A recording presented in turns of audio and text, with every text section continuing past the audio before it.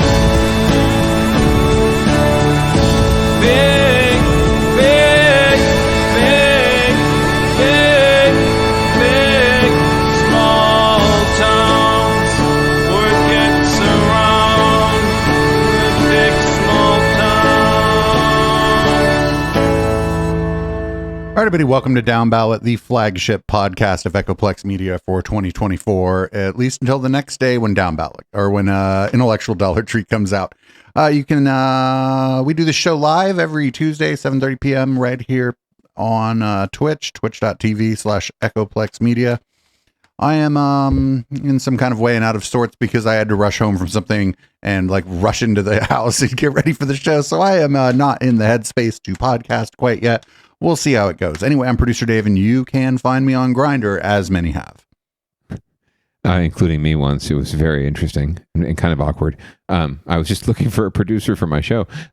Anyway, this is the Councilman, as always, here with producer Dave. You can find me on X, aka Twitter, aka Elon Musk's Fantasyland, at THE_Councilman. I'm staying there because I'm not going to leave. I'm not going to let him shoo me away. I'm not going to let all that just detract me from all the great things that Twitter still has to offer. And if you really want to find me, though, physically, I'm going to be up in that gender neutral aisle at Target in the toy section looking for goodies for the bad baby. So keep an eye out for me there as well. And I go to the self-checkout, even though, it's perfectly cool to go to the regular register, but Target just makes it too easy now. They almost force you into the self-checkout now. So don't feel guilty about going to the self-checkout, people. That's all I'm saying. I saw a meme that was like grocery bill, and then it was like, with self-checkout, I could get that down to, $55 or something. Amazing. Yes, because the checkout person has so much control over what you're purchasing. Well, I think that there's a different implication there. Yeah, right. Oh, true. That's right. So I'm actually paying attention to what I'm doing. We've been off here for 2 weeks, which is amazing. We have. And the good news is, I suppose, that there wasn't like a great deluge of local derp and political and, public policy and just other kinds of news. But the good news is that we were able to focus on, certain stories and really bring to light some stories that you wouldn't normally see or hear on Downballot. So this is a little treat to begin the year for you all. We're going to get into some holiday banter and some catching up on some stories as well too that we've been following.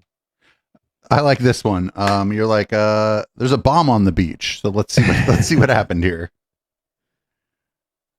Meanwhile, in Santa Cruz County, the bomb squad had to be called in because of this. Deputies say an old bomb washed up days after heavy surf pounded the coastline. It was covered with debris, but recognizable for its distinctive missile shape. It turned up at Pajaro Dunes on New Year's Eve. Once deemed safe, a team from nearby Travis Air Force Base came to take it away. Well, that was nothing. I was hoping it exploded like that whale. Yeah. Unfortunately, that's all that any of the news stations had, was about a 30-second little hit on it with the same images, because I guess they all got the same images probably from the bomb squad. But yeah, that's very, very interesting. Always fun if you're going swimming, right? A little seaweed. That certainly happened to some people, I'm sure. Anyone who's waded into the ocean has been trapped in a little bit of seaweed. You see little clams and other shellfish, little pippies coming up for wee-wees. You don't often see a bomb just washing up on shore. So somebody in chat is like, hunchback bomb, everybody, hunchback bomb. Humphrey the hunchback bomb. Well, they were referencing the Hamburglar Dan clip of the hunchback whale, I think. Oh, no snap. That's right. I'm sorry. I was digging deep into Bay Area lore with Humphrey the humpback, who swam up the Delta that one year. We were all children. I do like, some people might be like, oh, what'd they call the bomb squad? To be perfectly honest, one thing Americans actually build really well is ordnance. Bombs. Yeah. So that shit lasts. Yeah. That shit lasts. So there's a reason why there's a nonprofit, like a worldwide nonprofit, devoted to cleaning up minefields, right? Because that shit's a real thing, right? Like we've spent so much time blowing each other up over the course of the world wars and other wars that we've got these like just fields of mines that are still active and out there that were once supposed to be keeping folks out. Now it's just blowing random people up like farmers and travelers and whatnot. So watch out for bombs washing up on shore in Santa Cruz. I don't know what they have in Pacifica, but they usually get the whales. That's got to be like a once every 50 or 100 years thing on any part of the California coast, though, because the surf's got to be pretty fucking strong to pick that up, because that is not a non-heavy item. One would think so, right? Some confluence of events and currents and whatnot, and weight factors and all that. You're right. That is very, very different. It could be something that was, I'm guessing it was just on ordnance that was on a ship that sank not too far offshore, maybe, or it fell not too far offshore and just got lodged somewhere and then got dislodged suddenly 50, 60 years later. They haven't got into like where it came from or what era or where it might have originated. So we'll follow up on that, but that's leading off. I don't know if we're gonna hear more about the bomb, honestly. I can find out, but yeah, maybe not from the news. But maybe we can find out from our sources. We have sources on the other side of the hill. Joe, the bouncer at the Catalyst, we'll ask him. The bouncer at the Catalyst is like, oh, I had to kick that bomb out, actually. Exactly. he tried to get in here, and that's what happened. He kicked him out. He got drunk, fell off the pier. 60 years later, washed up on shore. So we're going to go on to winners and losers. There's the segment during which there are no winners, and if anybody did win, it wasn't who you were rooting for. And it seems like COVID is starting to win again. It's totally here and still here and going to be here, and people aren't taking it seriously. And lo and behold, it comes back every time folks don't take it seriously. But we're going to find out more about what's happening here. COVID vaccine statistics are out for the South Bay, and they're not good. In fact, Santa Clara County officials say fewer vaccinations are leading to a rise in both holiday COVID cases and hospitalizations. NBC Bay Area Scott Budman spoke to officials and doctors about the numbers and the consequences. Yeah, we also spoke to people, Garvin, and they're just not getting the latest booster shot. In fact, the numbers, as you said, are down. And doctors say that's especially dangerous as we head into the holidays and into the peak of winter. Yeah. So if you hit the street. Well, that was weird. Did you see that? Yeah, it's an awkward pause in that. But as we head into the holidays and it wasn't editing, it was of winter. Yeah. So it was like he thought he was going to say something, and then like, oh, the producer isn't barking in my ear. I guess we're just rolling the tape. Oopsie. There's nothing on the teleprompter. We never make mistakes when we're broadcasting, so no, never. If you hit the street in the South Bay and ask if people got the latest COVID booster, I have not. I meant to. As soon as it came out. You'll get mixed results. Last time I got a booster was the second shot in 2021. But Santa Clara County says overall, less than 1 out of every 5 of us recently rolled up our sleeves. Overall, 19%. And what we're particularly concerned about is that certain ethnic groups, our Latinx and our African ancestry, are even lower at 9 and 11% respectively. Doctors say that means more risk. Cases are not just high, Scott, they're increasing. And more crowded hospitals as we head into the winter holidays. And if we fill up our ICUs, we can't take care of other illnesses that people come in to the hospital with. And that's really going to strain not only bed capacity, but healthcare worker capacity. So, Scott, does the county know why the vaccination numbers are down right now? I mean, they're saying that it's been a while. People seem to be over it, Garvin, but they're a little baffled because, all right, we're back to work. We're back to doing things. We're back to going to the movies. But you ask people, even those who say, nah, I'm not really going to get that next booster. They know someone with COVID. They may even know someone with long COVID. And at the same time, doctors are saying, hey, people are starting to fill up the hospitals again. We've heard this one before, right? And so it is a bit of a surprise, and the county is saying, look, it's very easy.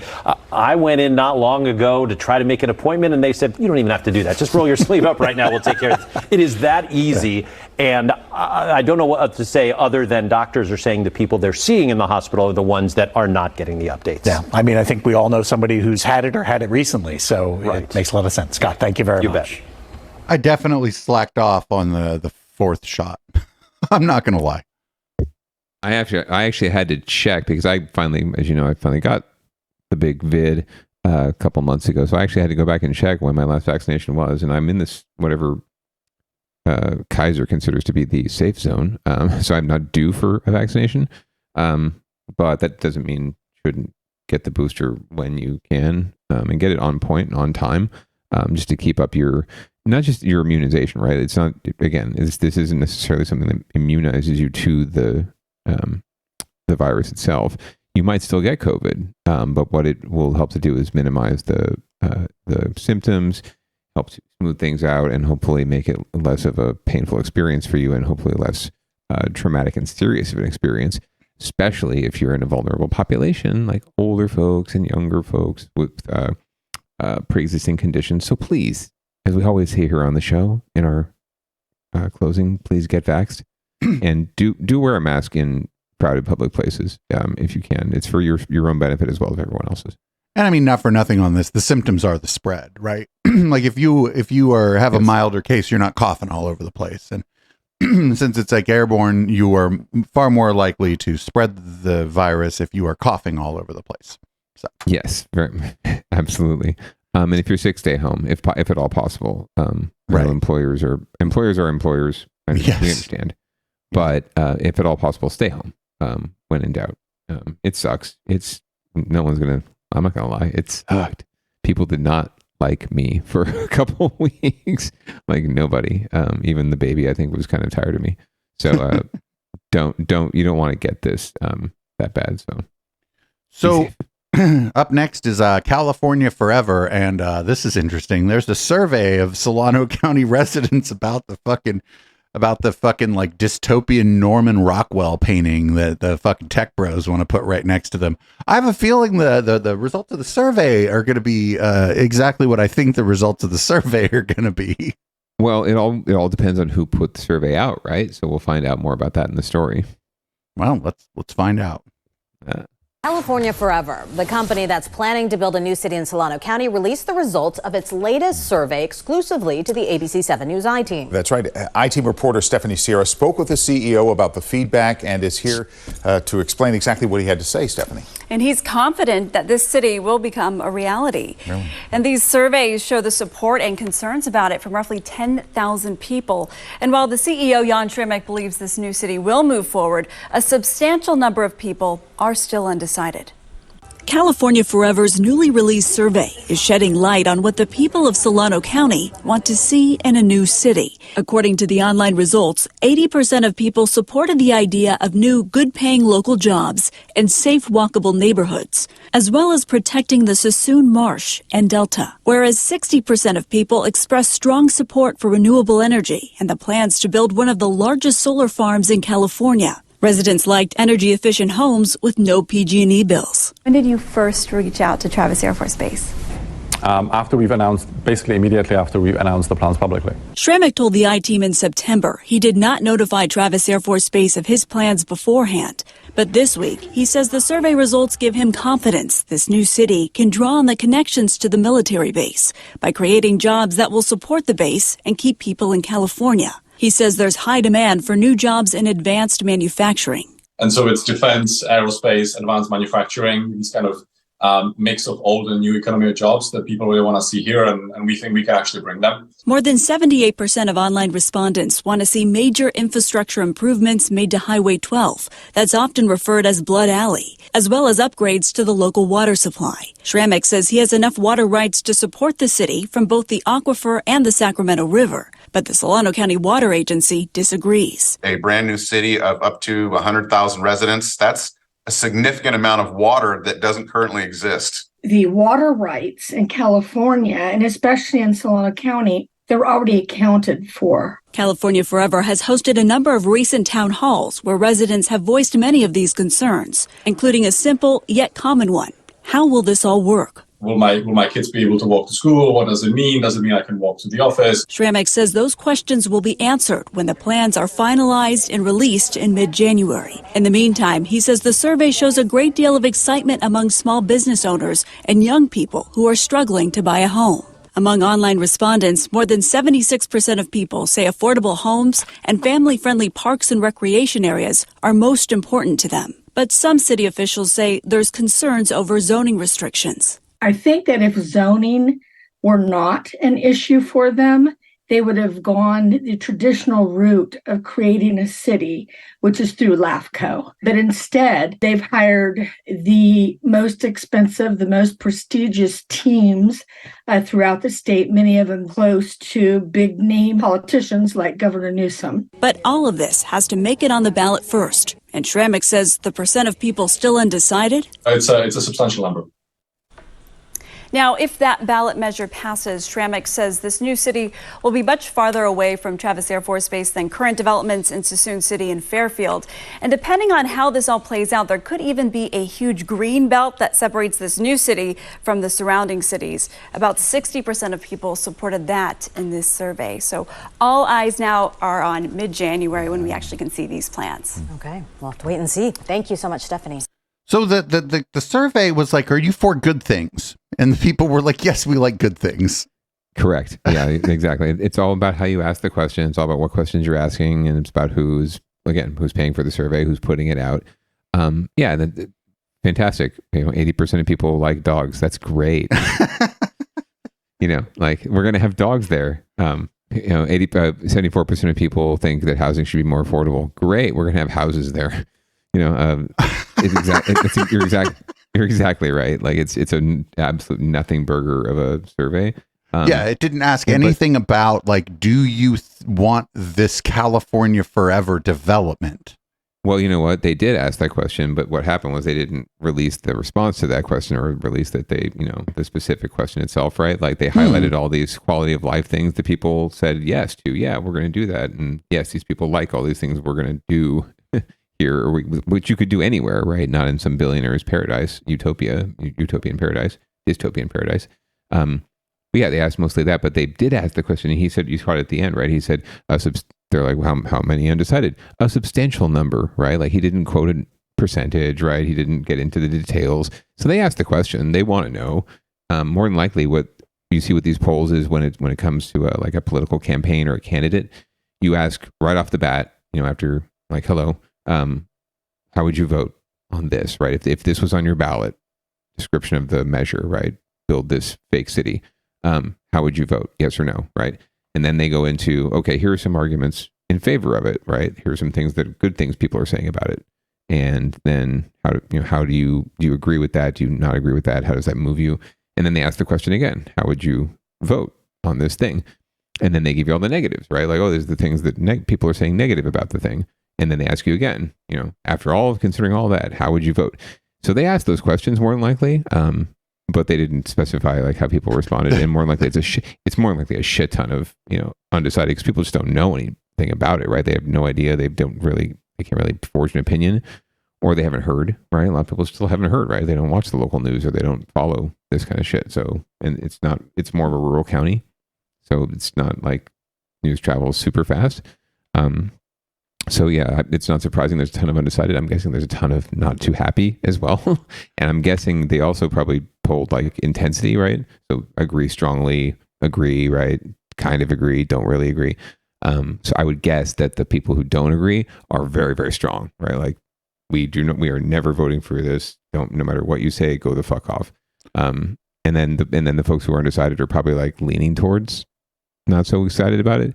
And if there's anyone who's excited about it, they can't be super excited about it. I wonder if do you agree with this or are you undecided are the two options that they asked about the fucking development itself? Like, well, they could have done that to skew the results and then they would have released numbers. But the fact that he just sort of glazed it over with a substantial number, right? That just leads me to believe that there's a shit like 80% or something is undecided. And he just didn't want to get into the specifics of it, right? Because then it says it pokes holes in their veneer.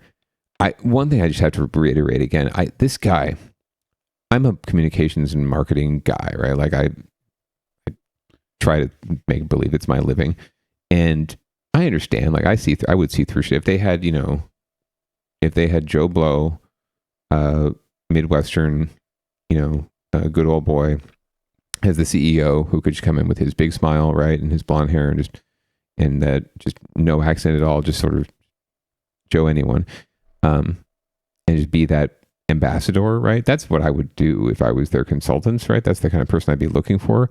This is not the kind of person I would be looking for to be our spokesperson, even though I would know better if I was watching from afar and seeing Joe Blow, right? I'd be like, oh, they're just shining it on. This guy's, some fake ass dude they brought in just to be the face of the organization. And it's probably this dude like Jan, right, behind everything. But they're putting Jan out front and center. So they obviously don't give a fuck, right? Like they're so rich and so fucking into themselves and so feel so entitled that they're like, we don't give a fuck how we look. That we've got this like neo-Nazi looking dude out here. Right. Fronting the organization, right? This guy looks like he'd be giving a talk at the World Economic Forum or something, right? Correct, yeah. And oh yes, come into the great showers. They're beautiful. They have flowers and scented candles. Come into the showers, please. That's what the vibe this guy gives me. So I think they definitely need to think about that a little bit. But maybe they don't give a fuck. Maybe they did think about it. They're probably paying him a ton of money. They probably thought about it and said, we don't give a fuck. This is the guy we want. And yeah, maybe they think they're just going to do it anyway. You know what I'm saying? Yeah, if they've got friends in high places, if they've got all Gavin's friends working for them, maybe they feel like they've got it in the bag, But my take on this is that this is like, I don't care how rich they are. This is stupid. Do you know what I'm saying? Like you can't just plop a town out of the sky. but you can if you. I mean, they think they can, right?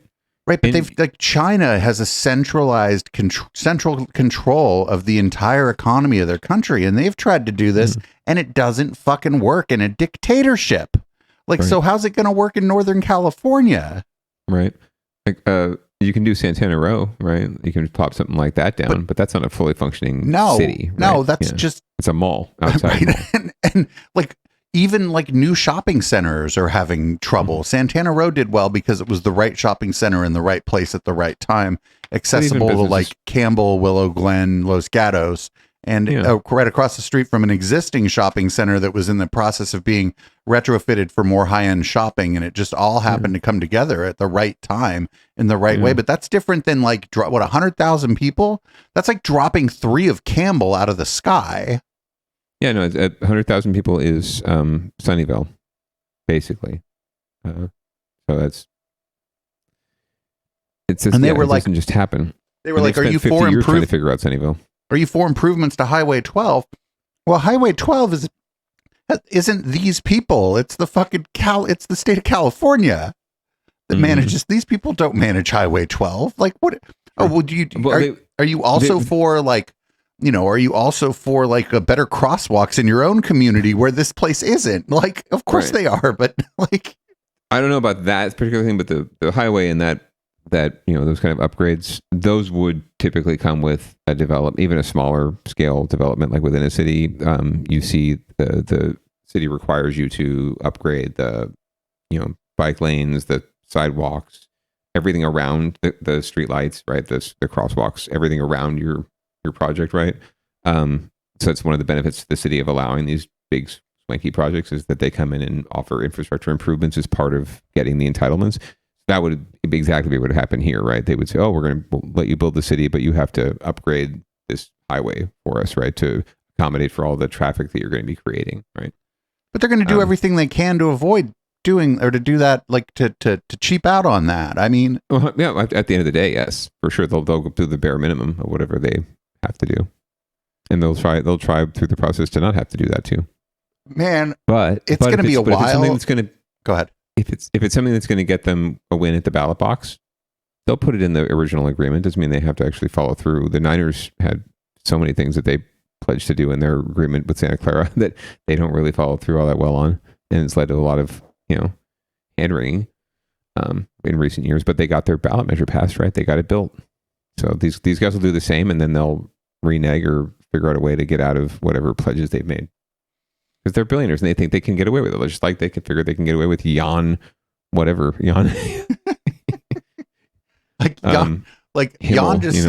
Jan just seems like a guy that would be like one of the people that they would use in a conspiracy video to talk about how the New World Order is coming to take your freedom. Like they picked the wrong dude. Cooler Hilts. Cooler.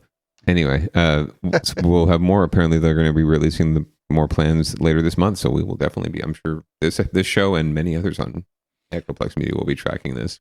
This has great crossover appeal. This is going to be a fucking disaster, and I'm here for it. It'll be on Downballot Watch eventually when they get their ballot measure. Oh no! Their city council meetings will just be people there like, "Oh, thank you for being the city council," right? Because it's just going to be a city full of sycophants at first. Well, there'll be enough time too leading up to it that there'll be council elections too, right in Fairfield, and this that will obviously be a huge freaking issue, right? In Solano County supervisors, right? It'll be an enormous issue. It would be like the number one issue probably in those races. So we'll get to watch some juicy political races shape up too, and like that probably come down on both pro and con, right? The billionaires find their candidates to prop up, right, and then the people's candidates, trying to stop them. It'll be great. Oh, but it's gonna be like NIMBYs versus Tech Bros. It's gonna be a shit show. Yeah, exactly. That's the funny thing. We're gonna probably side with the NIMBYs in this particular case, just because they're in the right at the end of the day. Like they're the result that they are seeking is the right result. It's just for the wrong reasons. Anyway. Oh, because what they're pledging to do to create a walkable, livable, breathable city that you can live and work in, right? And it's what every major American city is, including San Jose, San Francisco, Oakland, everyone are all striving towards. creating. But you're right, you don't just drop it like carpet, roll it out overnight, right? It takes time, and you have time and pressure, just like creating a pearl and an oyster, right? It takes time. So good luck to them, even if they did get the permission, because you're right, I don't think it would work if you just drop this thing in the middle of nowhere. Man, I expect it to work. I think they've strategically made sure that like Elon Musk and Peter Thiel are not involved. That's probably a good idea, especially with those two particular folks. But like this is so crazy. This is like, I can't. The pictures that they used looked like they were generated. It was like AI. Could you get me? Have you ever seen AI? Have you seen Brave New? Have you read Brave New World? Could you make me some art about a city of white people based on Brave New World, but that sort of looks like a fucked up Norman Rockwell painting? The AI's exactly like, I got you, friend. That's what I was going to say. ChatGPT, can you please make me a picture of a scene from Brave New World painted by Norman Rockwell? Well, that's exactly what these or a watercolor, the dystopian watercolor version of Norman Rockwell, and leave out the American flags and just put white people in it. And there's no suspenders either; those are out of season. All right. Well, we're going to move on to a city that does exist, and a lot of people in this country are engaged in moral panics around cities, and San Jose proclaims to be a city. And the low homicide rate in San Jose continued in 2023. Let's see what the local news has to say about it. They're probably like unhappy because it makes it harder for them to scare people. In the South Bay, the final weekend of 2023 also brought word of a new homicide in San Jose. A man was found shot to death on Calle de Guadalupe Saturday evening. Now, while every homicide is one too many, San Jose says it does have reason for optimism. For the third year in a row, the Bay Area's biggest city boasted one of the lowest homicide rates of any big city in the country. NBC Bay Area's Damian Trujillo looks at the numbers and what may be behind them. San Jose's homicide rate has remained steady in the low to mid 30s for the last few years, and the department would like to keep it that way, if not decrease it. The police tape is all that remains of the last homicide of the year in San Jose. It happened on Saturday night on Calle de Guadalupe. And I heard the shot, so I was afraid I'd go back to my place. Scary? Yeah, scary, but maybe those guys are just looking for somebody, to shoot maybe, or somewhat like crazy guys. So I go back to my place. It was San Jose's 36th murder of the year.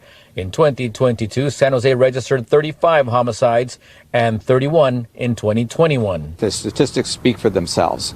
You can't create those numbers, whether they're low or they're high. Mike Leninger retired from the force after almost 3 decades. He credits the fact that the homicide unit virtually solves every murder for the low homicide rate in a large city of almost 1 million people. I mean, it's an achievement to be accepted into the homicide unit, but it's certainly a greater honor to know that you're batting 1,000. By comparison, Oakland finished the year with 126 homicides, 120 in 2020 and 134 in 2010.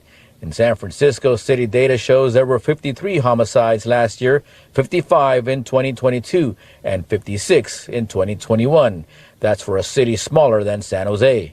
This is the best of the best. Any police chief will tell you that one homicide is one too many. For Bismarck de Los Angeles, he'll be glad if he never hears another gunshot again. Rapid firing, I think 6 shots over there. In San Jose, Damian Trujillo, NBC Bay Area News. They had to frame it like why did they had to frame it about like come on, man, like why did they frame it that way? How so? Frame it how? Like they framed it within a report of a homicide where they interviewed a guy who was scared. Right. Yeah. Like this just the local news. This is how they always have to have a person on the street kind of angle to something, and it's almost like they almost never, when they do investigative stories, right? It's almost never like a true investigative, like unraveling the yarn or pulling back the layers of the onion, right, and finding something bigger. It's always like some small story that triggered it and is now getting taken been blown way out of proportion, right? And that's kind of what, it's not what's happening here, but that's the way it's played, right? But you're always going to find a very nice, jolly, my wife will tell you, a nice, jolly Filipino who's willing to talk to the news about whatever happened in their neighborhood. We see it on the local news quite a bit, actually. It's probably more than 50% of the person on the street opinions. But yeah, I don't know that why maybe it's just confluence of events that maybe the department released in data, and said, oh, look, we're doing great. The same day that they had their last homicide. But all in all, like you said, it's pushing back on the narrative that we're in some sort of downward spiral. I mean, even if you look at Oakland and San Francisco, it's not like things are spiking or out of the ordinary there either, right? There's a shit ton of murders in Oakland. That's not good, especially because it's also a smaller city than San Jose, and yet has 4 or 5 times the number of homicides. That's a problem, but that's always been a problem in Oakland. And in fact, but the other thing about Oakland is that it's just like it's not surrounded by Sunnyvale and Mountain View and Campbell, right? So it's surrounded by, like, it's just a different area. I'd be curious to see in Oakland or San Francisco where those people were the assailants' residents, because any given weekend in San Francisco, a good number of the people who are there don't live there. So it's like, really, it's these numbers are kind of they lack context. I also want to see when they show like Bay Area stuff, like at the end they could just go, for some context, here's a major metro area, and here are the crime statistics of the 2 biggest cities in that major metro area, and be like, everybody, just pick one, fucking pick any. The Bay Area is so fucking safe. You could pick almost any other metro area in the fucking country and compare it to the Bay Area, and the Bay Area would look favorable on murder statistics. I think you're right. Absolutely. And they ask, well, why is that? Well, a lot of reasons, right? Like, we are still very much a more suburban area, right? And there's definitely tons of poverty here, but not as much as you see in Oakland or in parts of San Francisco. And it just natural confluence of things, right? But I do think there's something to be said to solving every homicide. Like, he's right. Like the SJPD I think we covered on Downballot not too long ago, solved every homicide in the city last year. So the fact that you're not going to get away with it would probably lead to less premeditated. Right. Leads to yeah. And there's not a lot of there's not a lot of organized crime here either. No. I mean, most of it, I'm guessing, is frankly domestic when it comes to homicide in San Jose. Absolutely more domestic than anything else. It's not strangers killing strangers. It's people who know each other. It's spouses. It's family members. And you're never going to get rid of that, right? Like the old saying is, you want to know who's most likely to like kill you. Check your dinner table at night. Right? Yeah, no, absolutely. And it's, if anything, maybe maybe San Jose is the prime example of the bare minimum, right? Like, that's what you can expect. It's about 30. What was it? 30? 30 out of a million. Yeah, 30 in a million people every year. I think that's pretty reasonable, frankly, given the state of humanity right now. Right. Yeah. And the diversity in San Jose too. Remember that, like, we don't have, there's some segments and races that are not all that well represented, African Americans, Native Americans, but for the most part, San Jose is a really diverse city. So there's also that to be said, that we're in this, I don't want to say melting pot, but we're certainly, brought together in a lot of ways, and you still don't see that being a major cause of it either. Although we're also pretty well segregated in terms of where we live. Yeah. At least in the middle class. Once you reach the top of the layer cake, you all live in the same neighborhood, but also the top of the layer, it gets complicated. My neighbors. Then like, who's at the top of the layer cake? How'd they get there? And not for nothing. Like, you think of a place like Emeryville as like a kind of a nice place, and it has like a higher per capita murder rate than San Francisco. And it's like, well, whatever. The Bay Area is if you're ever thinking of moving to the Bay Area, don't listen to people. It is a safe fucking metro area, and it compares favorably to most metro areas in the country when you do violent crime statistics. and it's a beautiful place to live. So, Yes. and less people are getting killed here than they used to be. However, unfortunately, it seems like more animals are getting killed, and that's what the next story is about. So a little bit of sad. Yeah. Yep. Here we go. And I think. Well, I have some thoughts on how this next story came to be, but let's just let the story roll here. Roll it. With the turn of the new year days away, San Jose Animal Care and Services staff, partners, and volunteers hope it brings a new beginning as well. 2023 is recognized across the board as a harrowing year for the shelter, with jarring overcapacity numbers and tragic animal death statistics. Current and former volunteers are concerned about the safety of the animals. It's just terribly frustrating. It's sickening. It's so disturbing. It makes me so sad that animals are suffering, being euthanized, dying in their kennels when it's unneeded. Their concern is warranted, as a year-end report released by the shelter shows 426 animals died while in shelter care during the last fiscal year, a 5-year high. Compounding this problem was overpopulation in the shelter, some 11,000 animals all year and nearly 950 animals at one time during the peak, which is more than double operating capacity. City of San Jose Director of Public Works Matt Lesh says the overcrowding forced the shelter to only accept mostly sick and injured animals, and that contributed to the high mortality rate. Really had some really dire cases of animals that were this is their last resort, and we're trying to find that bridge. Some of them we're trying to give a chance, so we're not euthanizing. So our euthanasia numbers were down. Overall, those animals in those critical, challenging states, we had a really positive outcome for many of them. Current and former volunteers we spoke with tell a different story, highlighting issues with mismanagement regarding the care of the animals and a new rescue policy of focusing more on adoptions than rescues. Town Cat's Board of Directors member Nineveh Parker says only a fraction of the animals in the shelter that need to be rescued are available for partners like her group to take in to help reduce capacity and save lives. I'm not sure why they decided to move away with rescues, but that model worked really well. And now we're seeing the outcome of what happens when they don't rely on the rescue model. The shelter is undergoing an audit requested by the city, and the results should be released in the new year. In San Jose, Dustin Dorsey, ABC 7 News. So my guess here is that during COVID, a lot of people got pets and then decided they didn't want them. Yes, very much so. I mean, that's certainly what's a major contributing factor right now. And on top of that, some of them didn't get their pets, spayed or neutered and then just let them go, right? Like didn't take them anywhere, just let them go. Like open the door and didn't open it again, right?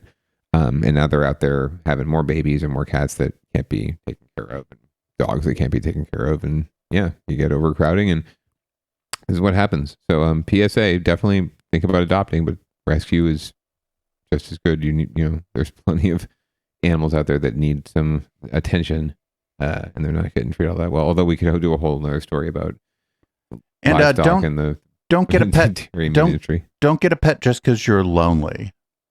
Yes, yeah, that's not. You go on Grindr, like producer Dave, or just whatever. Just don't get a pet because you're lonely. I think that, and if you do get a pet, like the councilman was saying, go to the shelter. Don't go to a breeder, because you're just encouraging the breeders to breed more animals that some number of people are just not going to be able to care for. Or no, it's not even that they're not able to, they're just not going to want to anymore. People I think during the pandemic, people just got lonely and then got a pet. And then now the focus isn't on the pandemic, and now they're fucking bored with the pet. And that's fucked up. Yeah, I agree. Don't get one because you're lonely. Get a pet because you have love to give and you want to put it somewhere. That's a good place to put it. Is into another living sentient being who will return that love unapologetically and without any preconceived notions. So, but yeah, definitely don't do it because you need something to hug in bed at night. So up next we have another San Jose casino. God, I love San Jose casinos and San Jose casino stories. This is the crimes we get, right? We don't get murders, we get this. We get casinos. So let's learn more.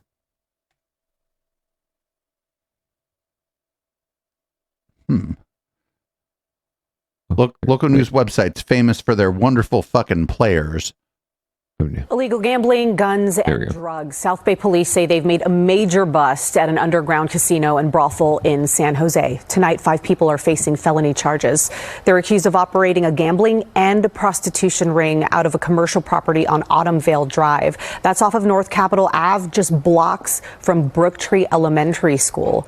During the search, police seized 33 guns and 150,000 rounds of ammunition. They also confiscated 500 pounds of marijuana and $20,000 in cash. God damn, that's a lot of weed. That was all piled up in the back behind the guns. And once they mentioned that, I looked back there. I'm like, oh my goodness. One of those bags could just fall off the table, right? No big deal. If it could fall all the way to Fremont, maybe. 4,999 pounds. I mean, what's the difference? So that area for a while, there were also kind of a lot of parties, like raves in the warehouses over there off a Trade Zone. Yeah, that area over there, there's like a lot of sort of small and medium sized warehouses. And as especially with COVID, as the businesses in those places fail, I feel like the landlords are going to be a little more loosey goosey with who rents those spaces. Mm-hmm. No, very much so. And they're looking for, frankly, they're looking for rent out there right now, especially commercial and retail spaces, but commercial spaces and office spaces. Yeah, I think are getting a little desperate. So I'm sure they're willing to cut a deal. Do you want to start a brothel, Chris Dave? Legitimate podcast studio business, possibly. Yeah, that would also, I guess, be an option if you want to go that way. I mean, your idea is more lucrative, but a shorter career path. True. Well, we could have a combination. We could have a combination podcast studio brothel. Ooh, yeah, that'd be fun. Anyway, you could have live interviews with the Johns and Janes and their counterparts. Before and after. Pretend to be doing a comedy show out of the place. It's be like, this is a podcast studio / brothel, and just pretend it's a comedy. Pretend it's all a bit and see how long you get away with it. And don't forget the casino too. We have to have the casino. That sounds like a lot of trouble. It might be, but that's the thing. You can become the CEO and you don't need to manage the brothel and the casino. You hire people to do that and you just keep managing your shows. You get a couple card counters going through there and they just ruin your business. Well, then you take them out. You kneecap them. You shoot them in the face. Okay, maybe not. So we're going to move on up to Oakland, California, where the search for the police chief rages on. Can't see him. Story at 5:30. As the Bay Area heads into a new year, the city of Oakland appears to be back at square one in its months-long search for a new police chief. Last night, we learned the mayor rejected the current list of 3 candidates, a list that included a candidate under investigation in another Bay Area city, and the former Oakland police chief himself, LaRon Armstrong. The city's mayor, you remember, fired Armstrong nearly a year ago, which then triggered this search for a replacement. A lot to take in. NBC Bay Area's Valina Jones lays it out for us. 11 months into the search for Oakland's next top cop, the ongoing hunt is worrying those looking for law enforcement leadership in one of the biggest cities in the Bay.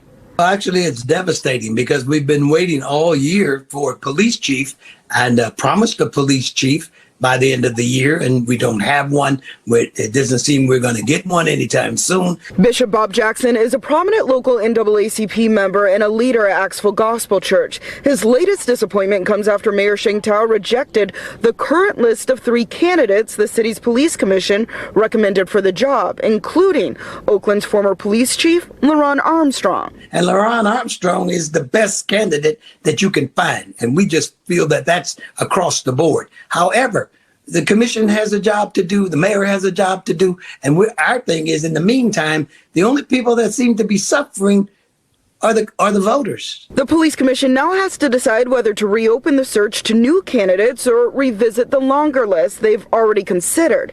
Just to get to this point, the commission went through a 6-week recruitment period before submitting their final 3 recommendations. Now the commission will meet tonight to discuss a new timeline and next steps as they go back to the drawing board. Some community groups say the blame falls on the mayor. She promised that they would have solutions for the new police chief by the end of the year, and if not, she would declare a state of emergency. We're calling her out here today. That sign behind him sure is something. A group pushing for the recall of Alameda County DA Pamela Price and the resignation of Mayor Tao held a rally outside a recently burglarized Albany CVS. They say Tao's lack of leadership is not only leading to a spike in crime in Oakland, but in neighboring cities. It's like cancer, and it's... Did they not see the report?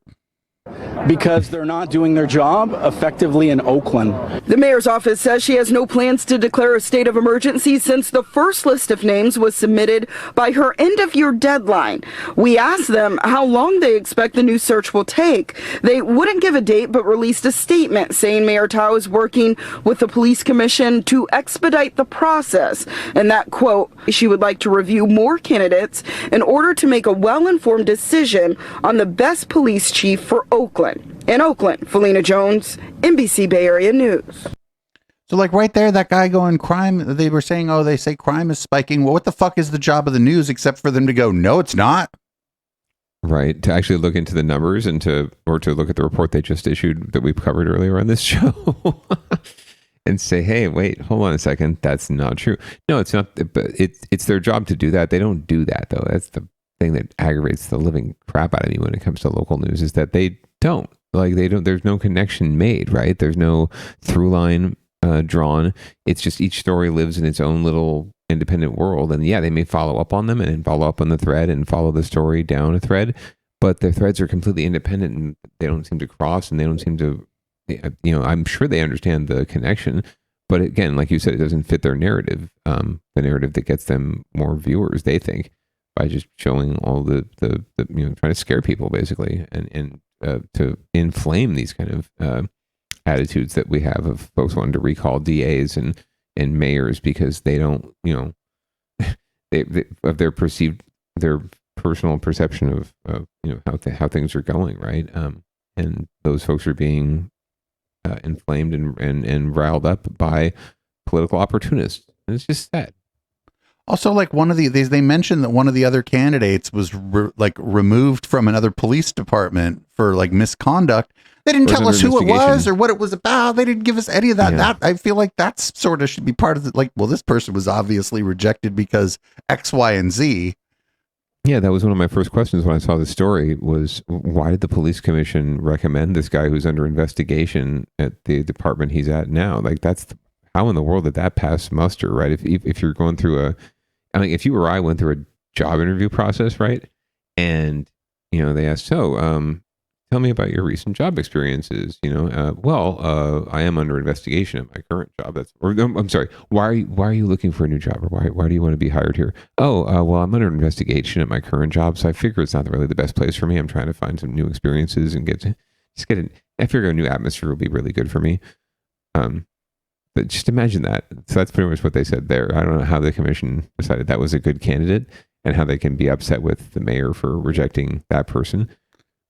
She fired the old chief, so I don't know what they were, if they thought that he had any chance of getting her approval since she fired him. And then the third was a white dude, and who wants a white dude to be the chief of police in Oakland? That's just a bad look. So I don't know what that white dude was all about. So basically, this was only about the rejection of one candidate, right? Not 3, because the one she already fired. Sure, she's going to reject that person. She fired them. Whether she did the right thing or the wrong thing by firing him, she's going to reject him. The other one, she's like, ooh, let's see what happens with this other thing first here, and then now that you got one. Yeah, I would even venture to say, like, I don't know much about the Oakland Police Commission, but if they're very politicized, I mean, I could totally see this as being just they deliberately gave her this list because they knew she would reject all of them. And they feel it creates a good angle for them in a story like, oh, it's her fault, right? Like she's the big, bad, mean mayor lady right? So it could be that they sent this list to her knowing she would reject them all. Because I would have, frankly, like I don't know. Well, it depends if the third one was you know what I mean? It just depends who the only, like, you would have rejected the two because you just fired one and the other one's got some problems. I don't know. I'm guessing the third one had some fleas too. So right. But I'm just saying, like, you would have certainly rejected the two because you're the mayor. You just fired one of them. The other one, at least let the fucking investigation in the other place play out. Yeah. And then now you got one candidate that's really being, What I can't argue with the other, but yeah, we'll see what happens. Maybe she'll get another list, and maybe there will be a police chief in Oakland soon. Maybe there won't. Anyone want the job? You want the job? No. We can start a brothel, and you can be the police chief. That would be the best of both worlds. No.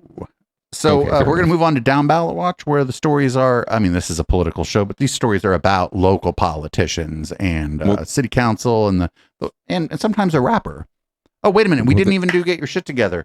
Everybody, I was about to say, we did have a Get Your Shit Together this week. So this is a quick one. It's a shout out to the SFPD, and looks like they're going to face some repercussions potentially for their handling of the Dolores Hill bomb this past year, which we covered on Downballot. Yeah, well, hopefully, because the Dolores Hill bomb is like a fairly wholesome community event. So let's see what's going on here. Let's see what's happening. Overreaction by the police or the justified response to an unruly and out of control crowd? That is the former. Central issue in a lawsuit that's filed against the city of San Francisco and the police department. Children and their parents are suing over the response to July's Dolores Hill bomb. Our Kelsey Thord is in San Francisco with details on that lawsuit. The four plaintiffs in this lawsuit were among the 100+ people who were arrested during that Hill bomb here in Dolores Park. Actually, a majority of the people arrested that day were children. And according to this lawsuit, many of those children weren't even participants in this unsanctioned event. You want to believe that the police are there to protect our community, and I want my kids to believe that. But when things like this happen, it's a hard thing to talk to your kids about. Naomi Lopez's 15-year-old daughter, Carmen, was one of the dozens of minors arrested the night of July 8th as police attempted to shut down the annual unsanctioned skateboarding event known as the Dolores Hill Bomb. We didn't believe it at first. It seemed totally incredulous that how could this be happening? And it was. Naomi says Carmen was simply watching the event with some friends when they were surrounded by police. Naomi immediately came to the area to get her daughter, but says police wouldn't let her near her. And we could just see that she and her friends and the other kids, they were young kids, and they were terrified, they were cold. Naomi says her daughter was detained for hours, her mugshot and fingerprints taken. No charges were ever filed, but Naomi says the experience was traumatizing for their entire family. That's why they decided to sign on to a federal civil rights class action lawsuit, suing the city, the police chief, and several other police personnel for what happened that night. The police purported to be concerned about the safety of the skateboard event, but it was the police that endangered these youth. The police chief told us at the time his officers warned the crowd for 90 minutes to leave and only put on the riot gear when fireworks and fists started being thrown their way. What is excessive about an officer, number one, putting on safety protective equipment when they have an explosive thrown at them, bottles thrown at them, getting punched in the face, spat on?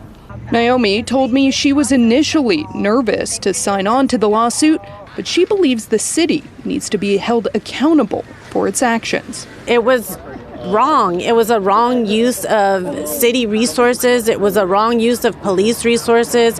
We reached out to the city attorney's office for comment. They told us that they will review this complaint and respond in court once they are served the lawsuit. Kelsey, thank you.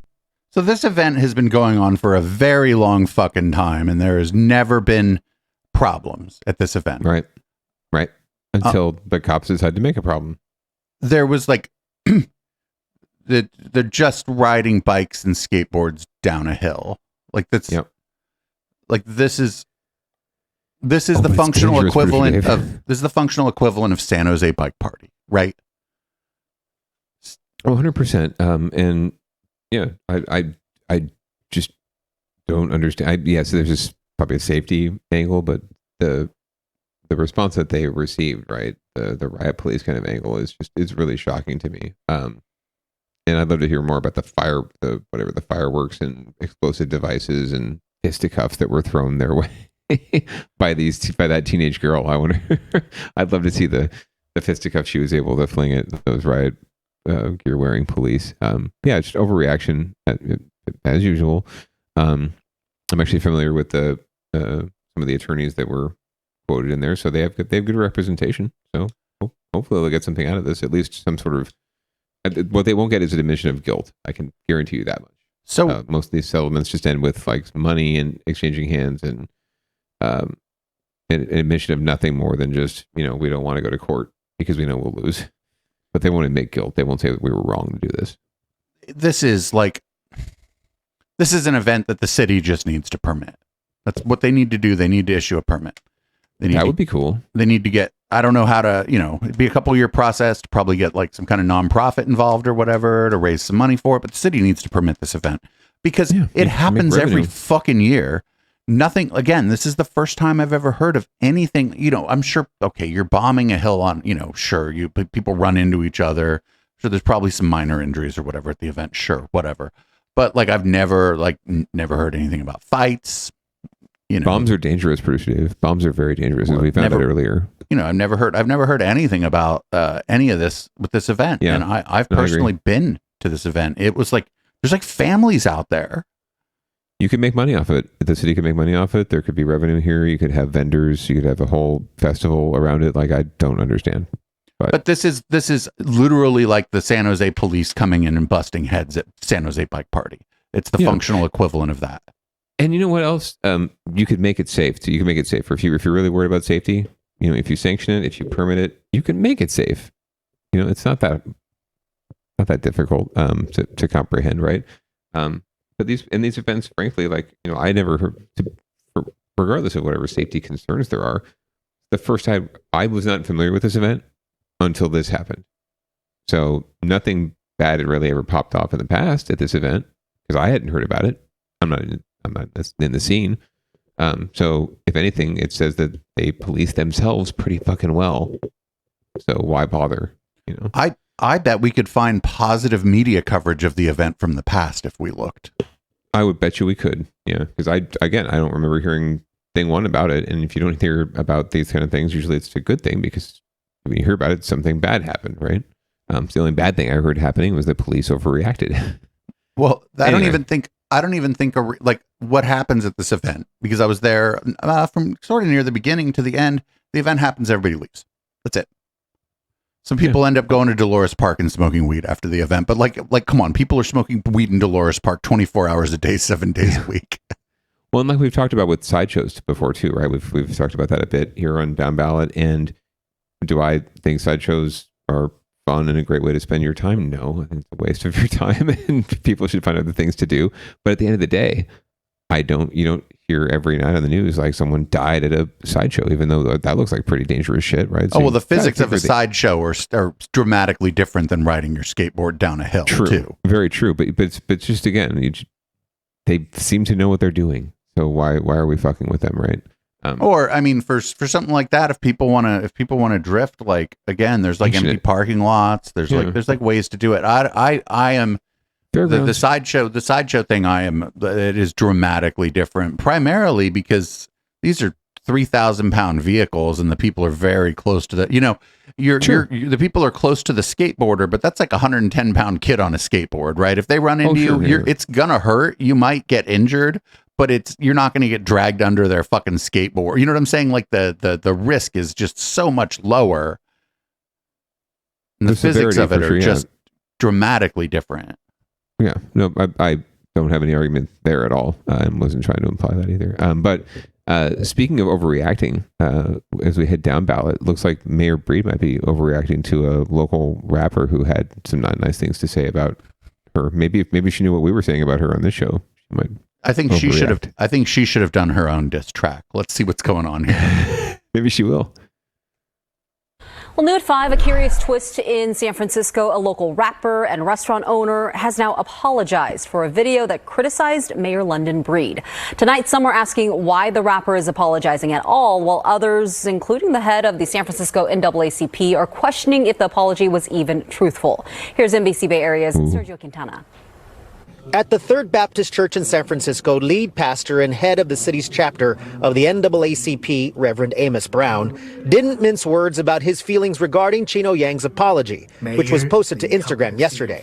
Went to the media and told the untruth that he had been threatened by some higher powers who had influenced all the way to the state and to the nation. Here's a portion of Yang's apology. I had no idea this extremely powerful individual has so much emotional attachment to London Breed. So, with that being said, I'm sorry for my ignorance. I'm sorry for my foolishness. This is the video that didn't sit well for Reverend Brown and others who spoke at the news conference today. In the 3-minute, 30-second rap, Yang references the mayor twice. In one part, he flips her the bird, then specifically names her in another. Now, London Breed, you ain't nothing but a clown. When we really needed you, you would never be around. In much of the video, Yang voices frustration about having his business broken into 7 times since 2020 and decries the rise in crime and drug use in the city streets. At today's news conference, a stream of black pastors, community leaders, and Latino and Asian allies echoed Reverend Brown's concerns. Some said they had also reached out to Yang about the video. I just told him, I said, hey, brother, I seen it. I said, hey, I said, check this out, homie. I don't like the way you're talking about our mayor. You need to cut it out. And that's all I said to him. I reached out to the mayor's office and to the re-election campaign for Mayor London Breed. Both say they have no comment on the video and had no coordination with today's news conference here. In a short exchange with Yang by text, he told me he's currently away at a secluded retreat, recovering from a heart attack, and was not immediately available for comment. Some have defended Yang, saying his criticism is valid and he doesn't owe anyone an apology. Community leader Leanna Louie was at today's news event and questions if this all had to play out this way. I don't think this is necessary. I think they could have just, asked him to go out to dinner or go to his place, go to his restaurant and maybe share a meal together. In San Francisco, Sergio Quintana, NBC Bay Area News. I mean, my problem was with his flows. London Breed, you ain't nothing but a clown. Get the fuck out. Take that shit out of here. Listen. Oh, that was all I really had to say, honestly, was this guy needs to get better at rapping before I learned to care about this. But a fucking rapper doesn't like the mayor. Oh, yeah, shit. Right? Oh my God. A restaurateur / rapper, right? It seems like rapping is kind of his side hustle anyway. I don't know who this person is. It does not seem like he's getting the hits on the TikToks or whatever the kids do these days to listen to music. Like you said, his flows are not good. And it sounds like he made his beats on a Casio keyboard from 1987. Yeah, the beat wasn't that hot, but the flow was pretty bad. And the idea that awful. I'm just the bigger picture here is that that aside, the bigger picture here is just the idea that a local music artist wouldn't criticize the local government and that you're offended that a musician is criticizing you know what I'm saying? That's like getting mad if the fucking Roughies said something about the fucking Mayor Ed 209 or something in one of their songs. It's like, get the fuck out of here. And the thing is, Mayor Ed 209 would get offended. They react exactly the same way. He'd be like, what do you mean I'm punk rock? I'm punk rock. He would get his purple underpants in a bunch about this. So, but after hearing that, London Breed should do a diss track response because I feel like her flows might be better than that guy's. And she could probably find a DJ. You should throw her track. Do you have any tracks that would work? Do you do any? No, I'm not the rap. But Chip's a hip hop DJ. Chip. Well, that's true. We can get Chip will do it. But but Chip won't do that shit either. He probably don't like London Breed. No, that's true. But what I'm saying here is that I don't understand why all these people this is one of the things that music does. Mm-hmm. What it's supposed to do is what musicians and artists are supposed to do is to reflect and criticize in a good way, not criticize necessarily in a bad way too, but and just be a critique, post a critique. when I saw that people were like offended, I thought that he like maybe said something racist or something, but he just called her a clown. Like, get the fuck out of here. There's certainly, I think it's trope adjacent, right? Like that kind of language, like the phrase, the word clown itself, right? And the fact that Mayor Breed is black. There's certainly some connections there to old tropes, but at the same time, like, again, is this really the thing, right? There's so many more people criticizing her that are more important than this guy. With good reason. And like this show, where are they coming after us? When are they going to come after us, producer Dave? I can't believe what I just saw. First of all, like the rap was bad. Like now people know about this guy's rap, which really, that's the real tragedy here, is that now people heard that shit on the news. He's going to get downloads now. Now he's going to get downloads. Can we do a diss track? Can we do a diss track about this whole situation, you and me? No. I mean, maybe. No. I don't know. I got good flow.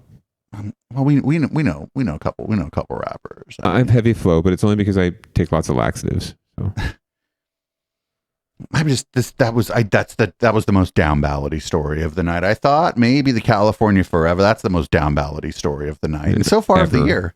Ever, yeah. I'm trying to think of another word that rhymes with laxative. I'll come back with it in a second. But anyway, let's move on to the next piece of down ballot, and then we can. So, former mayor of Campbell, Evan Lowe, proposes that California require gender neutral toy sections. Let's see what's going on here. Most toy stores have the pink girls section and the blue boys section. Now, a new California law going into effect at the start of the year will require large retail stores with 500 or more employees statewide to have a gender-neutral section for toys. We're not affected by the law, but I say, yay! It's not called woke, it's called American freedom. Helen Dean is the longtime owner of Toy Safari Toy Store in Alameda. She is cheering on the move. Much of her store already has a mix of toys for boys and girls, side by side in every aisle. Even the Lego Friends collection, specifically marketed for girls and not fully compatible with other Legos. She says many years ago, Barbie toys like this were geared towards all kids. Now the packaging is straight pink. If you look at the packaging, you can see an evolution going from kids playing with toys to, hey, we're going to sell this to a little girl. And this is what she's going to want, because we know the way we are feeding their minds and the materials we're choosing to use, it is narrowing their ideas and the ability to really negotiate the world for them. But this new law does not take away a boys or girls section. It only adds the gender neutral section, putting similar products that had been marketed for girls or boys side by side in an aisle, along with toys that could appeal to everyone. Here's something that you might find in a gender-neutral section. A Kalou doll made in France could be for a girl or a boy. But those with the California Family Council say enough is enough. They believe Sacramento needs to start focusing more on things that matter and less on toys. It's a little crazy that Sacramento seems so intent on breaking down the distinctions and differences between men and women, between boys and girls. It's not enough that we are having gender-neutral bathrooms. We're even trying to extend that to the toy section. If the law is violated, a store could first be handed a $250 fine, then a $500 fine for a second offense. J.R. Stone, ABC 7 News. So I'm of two minds here. I mean, this is fine, like whatever. Well, but it's gonna fuel the fire of people like the American family guy, right? Family. Because like families first. I haven't been to the toy section in a store recently, but I have a feeling that most of the fucking stores already they don't really do this. No, they don't. And it's everything toy sections. Every single section of retail stores, if you go to like the big ones, Target. I'm trying to think of other big retailers that are left. Kohl's, these kind of places. Everything is geared towards, standard conceptions of gender, right? Just man, woman, that's it. everything is geared that way. There's like nods to like, plus size people, right, are beautiful, right, things like that. But that's as far as they go, as far as getting out of like the comfort zone of like, you are pink and you are blue, and that's it. And I think we've always kind of forced kids into these tropes and these stereotypes and these sort of idioms. I do remember when I was growing up that I wasn't so much forced to blue or pink or whatever. I think my favorite color was red, frankly, because I liked red. I liked fire trucks. So I don't know that it was worse or better when we were kids, frankly, but I do know that those narrow preconceptions were always there, right? Like I certainly remember being not so much forced into it, but just sort of surrounded by, preconceptions and memes and themes that, were more societal than anything else. Somebody in the chat had a good idea. If you want to comply with this, just take down the signs. Just be like toys. Exactly. And then it really is geared that way, right? Everything is sort of geared around that still. And shout out to the completely disorganized toy store they showed in the fucking thing. It's like, lady's like, I have no idea where anything is actually. And apparently, like, France is where they're making all the gender neutral toys. So, but also Family Action Council or whatever. Like, the argument does not hold water to me. Like, well, government should spend more time worrying about this, that, and the other thing, and not our toy sections. It's like, you're wasting your time. Like, is this really bugging you that much, right? It's not like they're eliminating the girls and the boys sections. You can still go to your little boys section. You can go to your girls section. Does it really bother you that there's an aisle in the middle, right? That you might have to explain to your kid one day what that aisle is all about, right? Or that's not, really because the aisle contains like a ball. Yeah, like, but that's really, but you're that upset, like you're wasting your time, right? Why are you wasting your time about this? Or don't you have bigger things to do? Contains like a Rock'em Sock'em Robots. Like a little toy badminton set for children. Like, you know what I'm saying? Well, he didn't get interviewed, but kudos to Evan Lowe. He was the principal author on this bill that got signed by the governor and is now, as of yesterday, effective in California. So watch out. Watch out. Watch out. There's going to be an aisle of toys. I think at Costco. I think that, I don't know. I often wonder sometimes too, if like the state of California every once in a while is just like, well, let's see if we can fuck with these people a little bit. Well, that again, the legislature right now is more than 2/3 Democrat, and they can do pretty much whatever they want with that kind of a majority. And the governor is running for president, remember? So he's gonna try and do everything he can to be on that. He's certainly thrown himself in with LGBTQ plus community, right, from day one in San Francisco. So it's certainly his completely within his idiom and his narrative. So yeah, I think you'll see a lot more of this. It could be trolling. I can't wait to see the Tucker clip on this, honestly. I'm sure. Well, I'm already taking away your toys. I get political email, I run political email campaigns for candidates, and you see all the responses that they get from all the wackadoos. And yeah, this thing comes up all the time. Like, oh, you're running for office. What do you think about degenderizing our toys and ruining the future of humanity?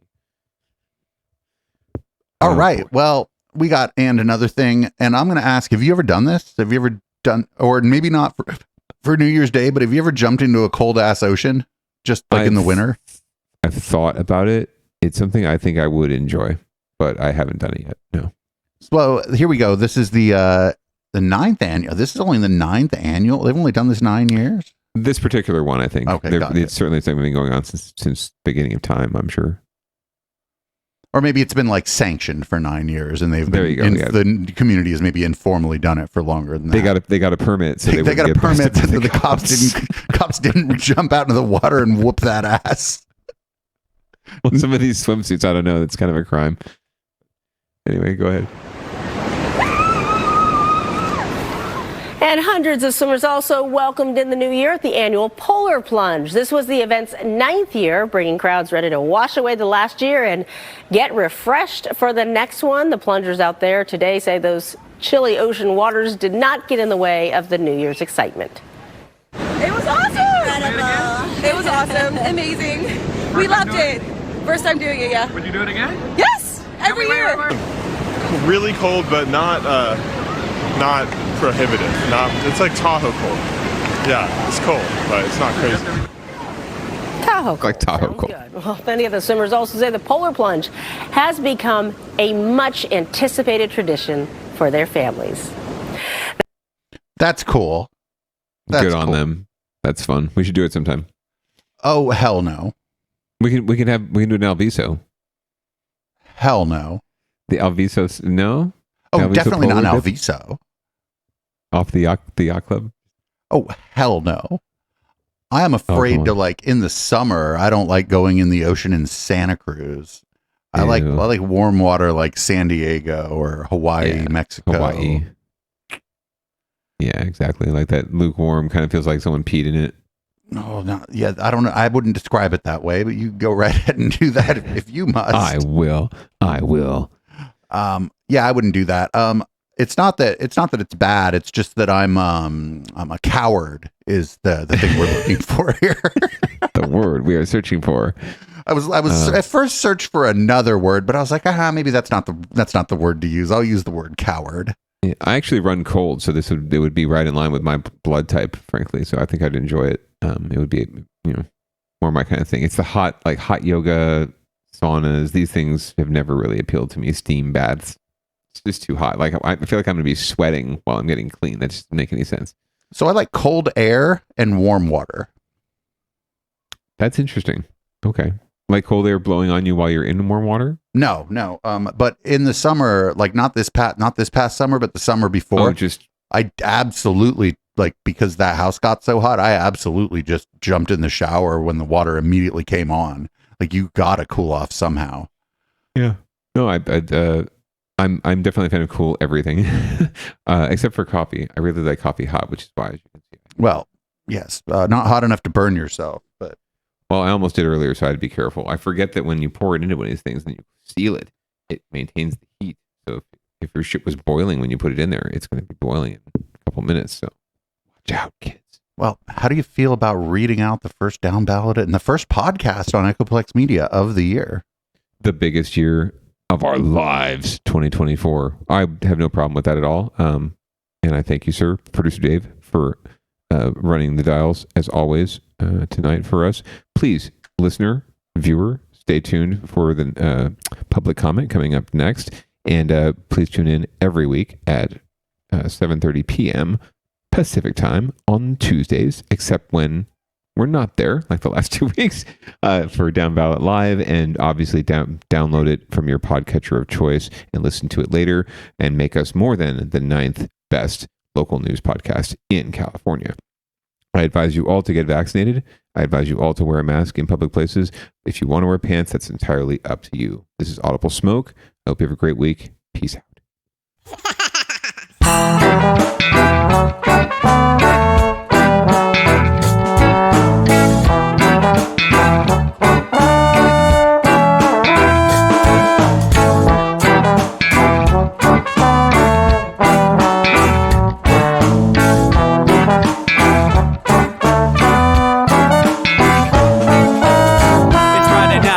Time to get the party started. Pick up my phone just to check and see who's calling. Dress up real nice for the ladies at the bar, and I'm driving in my car just to get to where they are.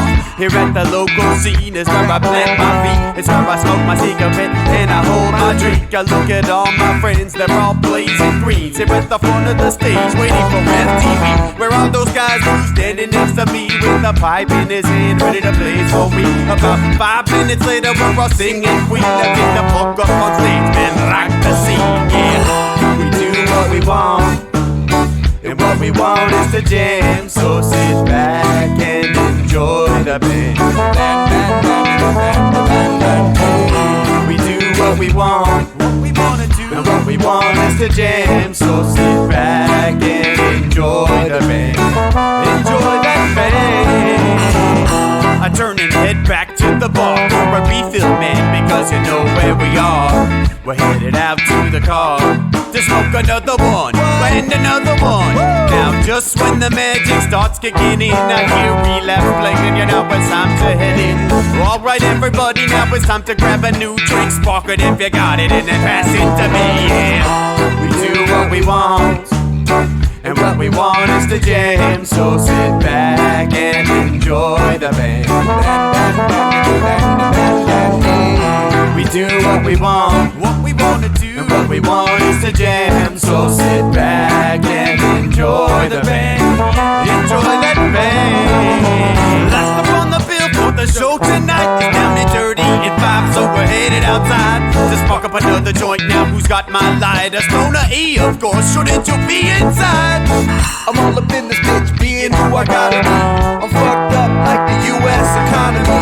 The truth is that I don't think logically. Stoner E take you on a psychedelic odyssey. Now inside motherfuckers is rockin' me, and outside shit we smoke a lot of broccoli. Rocky the roller, yo, that sexy girl be jockin' me. Ain't too drunk to fuck, but I'm probably doing sloppily. We do what we want to do, and what we want is to jam. So sit back and enjoy the band. Enjoy the band, enjoy that band. We do what we want to do, and what we want is to jam. So sit back and enjoy the band. Molly say that he like jamming, and he hope he like jamming too. Well, I gotta say, thank you, Bob, we do. Yes, I gotta say, thank you, Bob, we do. Well, Bob Marley said that he like jamming, and he hope he like jamming too. Well, I gotta say, thank you, Bob, we do. Yes, I gotta say, thank you, Bob, we do. Yeah, we do what we want, and what we want is to jam. So sit back and enjoy the band. We do what we want, and what we want to do, what we want is to jam. So sit back and enjoy the band. Enjoy that band. We do what we want to do, what we want is to jam. So sit back and enjoy the band. Enjoy that band. We do what we want, and what we want is to jam. So sit back